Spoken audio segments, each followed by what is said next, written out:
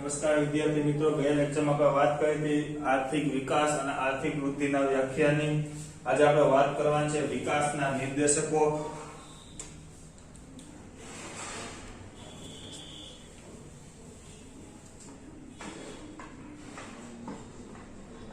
વિકાસના નિર્દેશકો એટલે શું? વિકાસના નિર્દેશકો એટલે શું? તો કે જો નામમાં જ અર્થ લખાય તો વિકાસ એટલે દેશનો વિકાસ, નિર્દેશકો એટલે ઇન્ડિકેટર્સ એટલે દિશાસૂચક. ક્યાં ક્યાં દિશાસૂચક વિકાસને ક્યાં ક્યાં દિશાસૂચક નિર્દેશકો છે તે જવાબ છે. આપણે દેશનો વિકાસ કેટલો થઈ રહ્યો તેના માટેના શું ઇન્ડિકેટર્સ છે, શું દિશા સૂચવે છે, કઈ રીતે વિકાસ થયો છે તે અંગેની જે દિશા સૂચવે તેને કહેવાય વિકાસના નિર્દેશકો. તો દેશમાં આર્થિક વિકાસ કેટલો થાય છે અને કેટલી ઝડપથી આગળ વધી રહ્યો છે તે કોણ દર્શાવે? તો કે વિકાસના નિર્દેશકો દર્શાવે છે. જેમ આપણે તાવ આવે તો એના માટે થર્મોમીટર કેટલો તાવ છે, કેટલા સેલ્સિયસ તાવ છે એ દર્શાવે, તે રીતે દેશનો વિકાસ કેટલો થયો છે તે વિકાસના નિર્દેશકો દર્શાવે. વિકાસના નિર્દેશકોના આપણે ચાર ટાઈપમાં વહેંચી શકાય, જે આપણે આગળ ચર્ચા કરશું. પહેલા આપણે વિકાસના નિર્દેશકો એટલે શું તે જોઈએ. દેશમાં આર્થિક વિકાસ થયો છે કે કેમ? દેશનો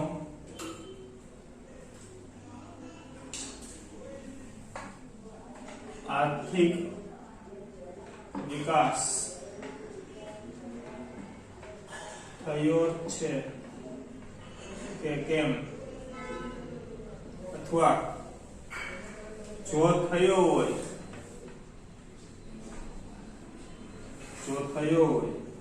તો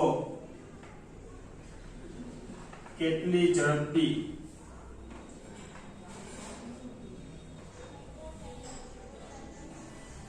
થયો છે? દેશમાં આર્થિક વિકાસની કક્ષા કેટલી?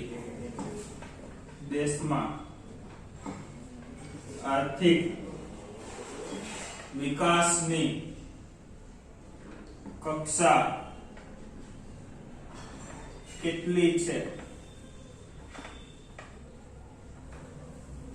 તે જાણવા અને તેનું માપન કાઢવા માટે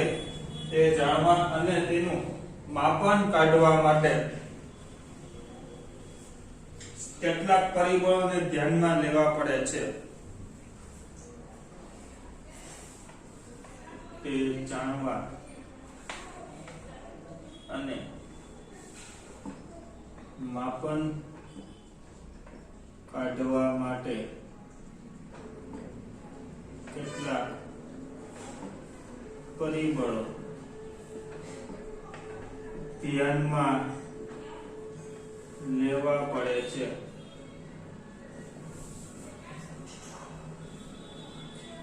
કે તેમને સંખ્યા કે આંકડામાં રજૂ કરી શકાતા નથી.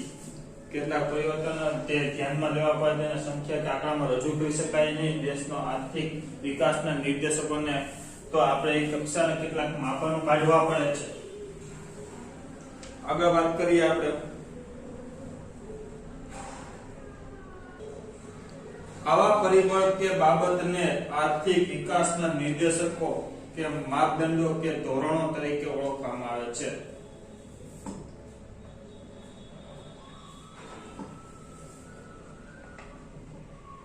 આવા પરિબળો કે બાબતો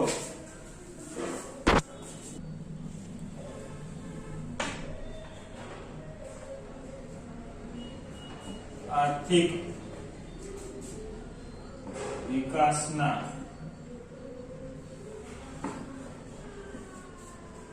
નિર્દેશકો માપદંડો કે ધોરણો તરીકે ઓળખાય છે. આર્થિક વિકાસ થયો છે કે કેમ જો થયો હોય તો દેશમાં આર્થિક વિકાસની કક્ષા કેટલી છે, કેટલા પ્રમાણમાં આર્થિક વિકાસ થયો છે તે જાણવા અને માપન કાઢવા માટે કેટલાક પરિબળોને ધ્યાનમાં રાખવામાં આવે છે. પરિબળો ક્યાં ક્યાં છે આપણે આગળ જોશું. આવા પરિબળોને કે બાબતોને આર્થિક વિકાસના નિર્દેશકો, માપદંડો અને એ ધોરણો કહેવામાં આવે છે. આર્થિક વિકાસનો દર અને આર્થિક વિકાસની કક્ષાને માપનાર આ પરિબળ એવા છે કે તેને સંખ્યામાં રજૂ કરી શકાતા નથી કે નથી આંકડામાં રજૂ કરી શકાતા. આપણે જોયું કે આંકડા કે સંખ્યામાં રજૂ કરી શકાતા નથી. તેથી આર્થિક વિકાસના નિર્દેશકો દ્વારા બે સમયગાળા વચ્ચે, બે દેશ વચ્ચે કે બે રાજ્યો વચ્ચે આર્થિક વિકાસની તુલના થઈ શકે છે. આમાં કોઈ પણ બે દેશ લેવાના, કોઈ બે રાજ્ય લેવાના, કોઈ પણ બે વર્ષ લેવાના, તે બે વચ્ચેની તુલના કરવામાં આવે તો આર્થિક વિકાસના નિર્દેશકો નીકળી શકે છે. બાકી આ કોઈ આંકડાકીય કે સંખ્યામાં રજૂ થઈ શકે નહીં. કોઈ પણ બે દેશ લેવાના, બે રાજ્ય કે બે વર્ષની માહિતી ભેગી કરી તેની તુલનાત્મક જે ચકાસણી કરવામાં આવે છે, તેની તુલના કરવામાં આવે છે એક વર્ષની બીજા વર્ષ સાથે, તો તે આર્થિક વિકાસના નિર્દેશકો કાઢવા પોસિબલ થાય છે. જેમ થર્મોમીટર શરીરના તાપમાનમાં થયેલા ફેરફારને માપે છે અને નોંધ લે છે, તેમ પરિબળ દેશના વિકાસને માપે છે. જેમ આપણે તાવ આવે છે તો આપણે થર્મોમીટર દ્વારા કેટલો તાવ છે તે માપી શકીએ, તેમ દેશમાં કેટલો વિકાસ થયો છે તેને માપવાનું કાર્ય કોનું હોય છે કે વિકાસના નિર્દેશકોનું હોય છે.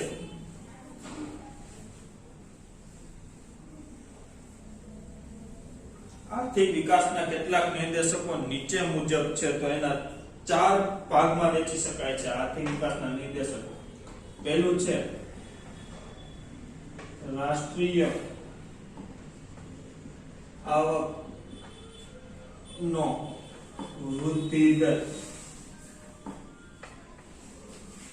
બીજું છે માથાદીઠ આવકનો વૃદ્ધિ દર.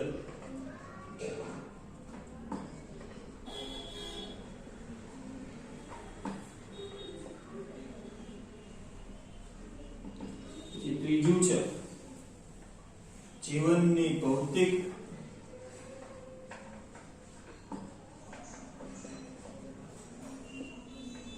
ગુણવત્તા અને તેનો આંક.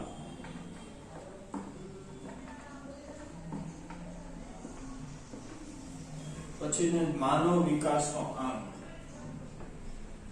માનવ વિકાસનો આંક. તો 4 દ્વારા આપણે વિકાસના નિર્દેશકો માપી શકીએ. પહેલું છે રાષ્ટ્રીય આવકનો વૃદ્ધિ દર. તો બધા દેશની રાષ્ટ્રીય આવકનો વૃદ્ધિ દર ભેગો કરી તેના તુલનાત્મક પરિણામો જોઈને આ રાષ્ટ્રીય આવકના વૃદ્ધિ દરના નિર્દેશકો લઈને આપણે વિકાસ માપી શકીએ. પછી બધા દેશોની માથાદીઠ આવકનો વૃદ્ધિ દરને ધ્યાનમાં રાખીને આપણે આ માથાદીઠ આવકનો વૃદ્ધિ દરના નિર્દેશકોને ધ્યાનમાં રાખીને આપણે વિકાસ માપી શકીએ. પછી જીવનની ભૌતિક ગુણવત્તા અને તેના આંકને ધ્યાનમાં રાખીને આર્થિક વિકાસ માપી શકીએ છીએ. પછી માનવ વિકાસનો આંક ને ધ્યાનમાં રાખીને વિકાસને માપી શકીએ છીએ. આ છે આપણા વિકાસના નિર્દેશકો. તમને 2 માર્કમાં પૂછી શકે છે. 1 થી 2 માર્કના પૂછી શકે છે. આપણે વિકાસના નિર્દેશકો કયા કયા છે? વિકાસના નિર્દેશકો 4 છે. રાષ્ટ્રીય આવકનો વૃદ્ધિ દર, માથાદીઠ આવકનો વૃદ્ધિ દર, જીવનની ભૌતિક ગુણવત્તા અને તેનો આંક, પછી છે માનવ વિકાસનો આંક. જેમાં આપણે પ્રથમ જોવાના છે રાષ્ટ્રીય આવકનો વૃદ્ધિ દર. રાષ્ટ્રીય આવકનો વૃદ્ધિ દર તેની ચર્ચા કરીએ. આપણે રાષ્ટ્રીય આવકના વૃદ્ધિ દરની ચર્ચા કરીશું.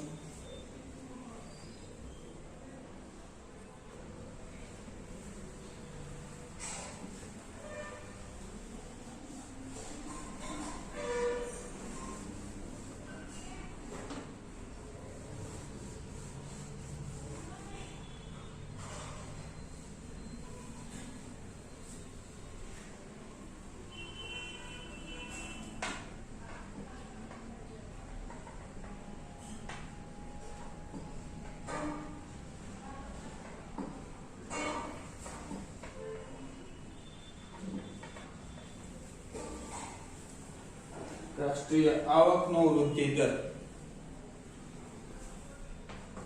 તેમાં છે આ નિર્દેશક મુજબ જો બે દેશની વાસ્તવિક આવક રાષ્ટ્રીય આવકમાં લાંબા ગાળા સુધી સતત વધારો થઈ રહ્યો હોય તો આર્થિક વિકાસમાં થયો તેમ ગણાય. આની વ્યાખ્યા શું કહે છે? તો રાષ્ટ્રીય આવક વૃદ્ધિ દર એટલે શું? 1 માર્કનો પ્રશ્ન જવાબ અહીંથી નીકળે છે. તો રાષ્ટ્રીય આવકમાં લાંબા ગાળા સમય સુધી સતત વધારો વાસ્તવિક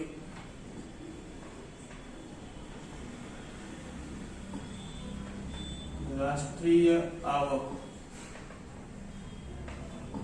માં સતત લાંબા સમયગાળા સુધી નો વધારો.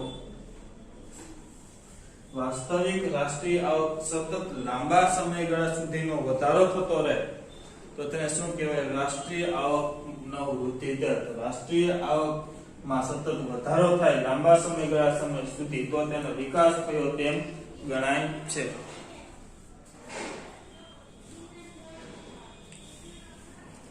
તો આર્થિક વિકાસ થયો તેમ ગણાય છે. કોને ગણાય છે? વાસ્તવિક રાષ્ટ્રીય આવકમાં સતત લાંબા ગાળા સમય સુધી જો વધારો થતો રહે તો તેને વિકાસ થયો તેમ ગણાય છે. જો રાષ્ટ્રીય આવક ઊંચા દરે વધી હોય તો વિકાસનો દર ઊંચો ગણાય અને જો રાષ્ટ્રીય આવક નીચા દરે વધી હોય તો રાષ્ટ્રીય આવક મંદ ગણાય છે. જો રાષ્ટ્રીય આવક વધે, પછી મેં કહું છું રાષ્ટ્રીય આવક વધે તો વિકાસનો દર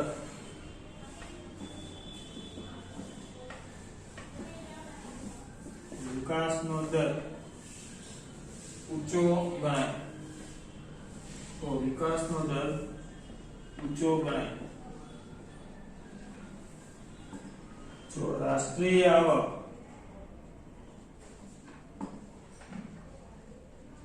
ઘટે તો વિકાસ મંદ ગણાય. તો વિકાસ મંદ ગણાય છે. અને જો રાષ્ટ્રીય આવકમાં વધારો ન હોય તો તે સ્થિતિગતતાની અવસ્થામાં રહે છે. જો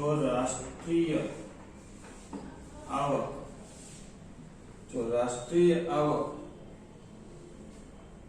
માં વધારો ન થતો હોય તો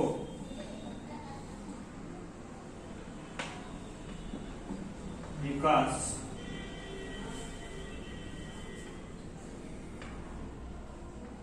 સ્થગિતતા ની અવસ્થા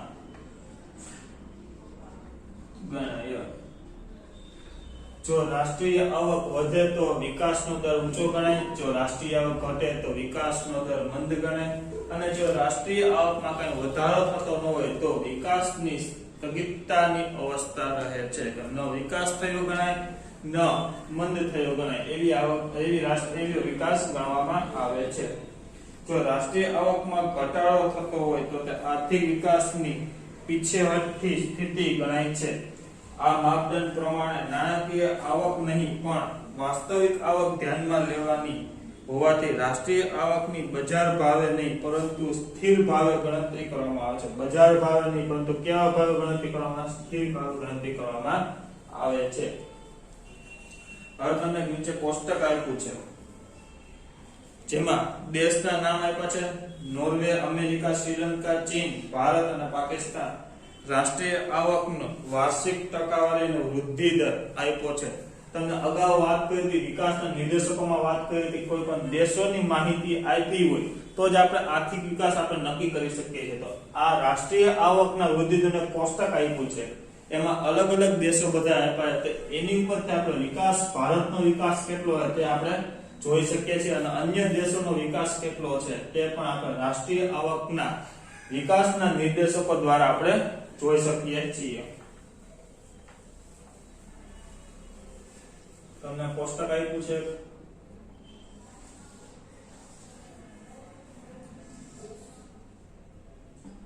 જેમાં છે નોર્વે, એની રાષ્ટ્રીય આવકનો ટકાવારી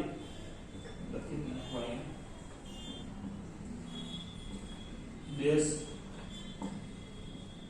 રાષ્ટ્રીય આવક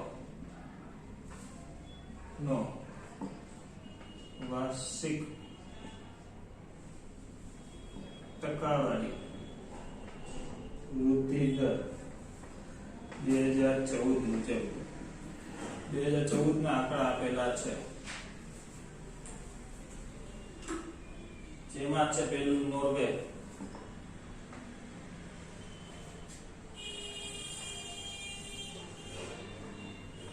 એનો 2.2, પછી આપણે આપ્યું છે અમેરિકા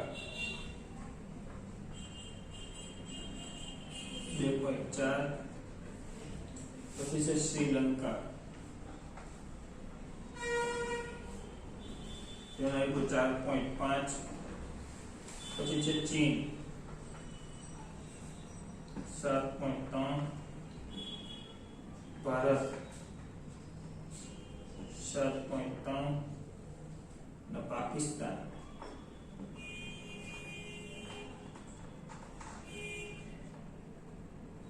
4.7. તો બધા દેશો આપ્યા છે અલગ અલગ, અને તેની સામે રાષ્ટ્રીય આવકનો વાર્ષિક ટકાવારી વૃદ્ધિ દર 2014 મુજબ આપ્યો છે. તો નોર્વેનો રાષ્ટ્રીય આવકનો વાર્ષિક ટકાવારી વૃદ્ધિ દર છે 2.2, અમેરિકાનો 2.4, શ્રીલંકાનો 4.5, ચીનની રાષ્ટ્રીય આવક 7.3, ભારતની 7.7 અને પાકિસ્તાનની 4.7 છે. તો સૌથી વધારે કોની થઈ? તો સૌથી વધારે ભારત અને ચીનની રાષ્ટ્રીય આવકતા વધારે થઈ ગયા, અને સૌથી ઓછી રાષ્ટ્રીય આવક નોર્વેની છે, કે ત્યાં વિકાસ કેવો ગણાય? મંદ ગણવામાં આવે છે. તો ચીન અને ભારત રાષ્ટ્રીય આવકમાં વધારો છે, તો તેની સામે વિકાસનો દર પણ કેવો ગણાય? ઊંચો ગણાય છે. તો કોષ્ટકમાં રજૂઆત કઈ રીતે? તો વિશ્વના કેટલાક દેશોમાં રાષ્ટ્રીય આવકનો વૃદ્ધિ દર અન્ય કેટલાક દેશોના આવકના વૃદ્ધિ દર કરતા હોય છે. તેમ કહી શકાય છે કે તેમાંથી વિકાસના દર પણ વધારે છે. કોષ્ટકમાં જોઈ શકાય છે કે નોર્વે, અમેરિકા, શ્રીલંકા, પાકિસ્તાન કરતા ભારતનો રાષ્ટ્રીય આવકનો વાર્ષિક વૃદ્ધિ દર ઊંચો છે. તેથી એમ કહી શકાય છે કે ભારતનો આર્થિક વૃદ્ધિ દર પણ આ દેશ કરતા ઊંચો છે. એટલે જો તમે જોઈ શકો ભારતનો રાષ્ટ્રીય આવક કેટલી 7.3, એના કમ્પેરમાં આપણે જોઈએ નોર્વે, અમેરિકા, શ્રીલંકા અને પાકિસ્તાન, એના કમ્પેરમાં જોઈએ તો આ બધાનો રાષ્ટ્રીય આવકનો વાર્ષિક આવકનો વૃદ્ધિ દર કેવો છે? ઓછો છે. તેથી ભારતની વૃદ્ધિ કેવી ગણાય? વિકાસ કેવો ગણાય? વધારે ગણવામાં આવે છે. આજે ભારત વિશ્વમાં ઝડપથી વિકાસ પામતો અર્થતંત્ર ગણાય છે. આપણે એ યાદ રાખવું જોઈએ કે નોર્વે અને અમેરિકાનો અગાઉ ખૂબ જ વિકાસ થઈ ચૂક્યો છે.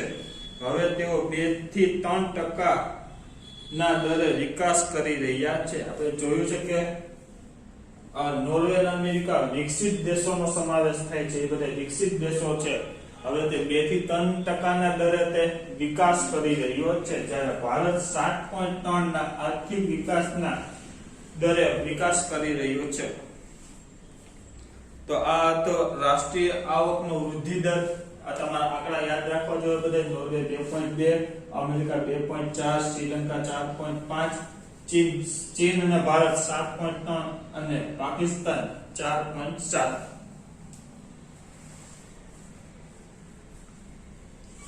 તો આ તો રાષ્ટ્રીય આવકનો વૃદ્ધિ દર. હવે તમને આપ્યું છે મર્યાદા.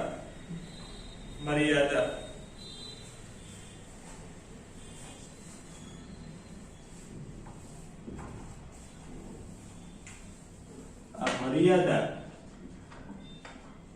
શેની મર્યાદા તો કે રાષ્ટ્રીય આવકના વૃદ્ધિ દરની મર્યાદા છે, જે તમારા 2020 ના સિલેબસમાં સરકારે આ સિલેબસમાંથી કાઢી નાખેલ છે કે તમારા મર્યાદાઓ કરવાની થતી નથી. મર્યાદાઓ 2.4.1.2 જે કાઢેલ છે આપણા સિલેબસમાં છે નહીં.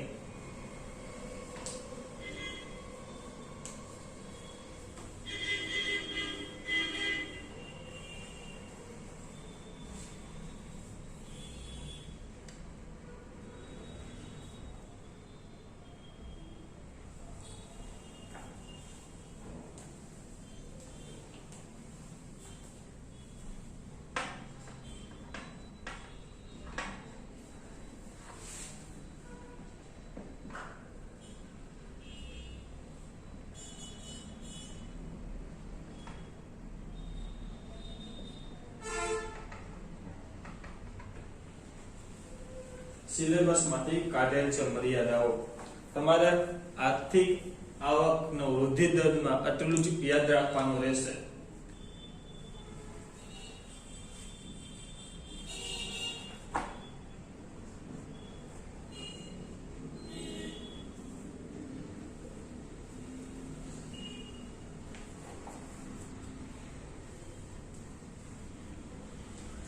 તો આજે આપણે અહીંયા સુધી રાખીશું. નેક્સ્ટ લેક્ચરમાં આપણે ચર્ચા કરશું માથાદીઠ આવકના વૃદ્ધિ દર વિશે. માથાદીઠ આવકનો વૃદ્ધિ દર ની ચર્ચા કરશું. તો આજે આપણે અહીંયા સુધી રાખીશું. ત્યાં સુધી જય હિન્દ, જય ભારત.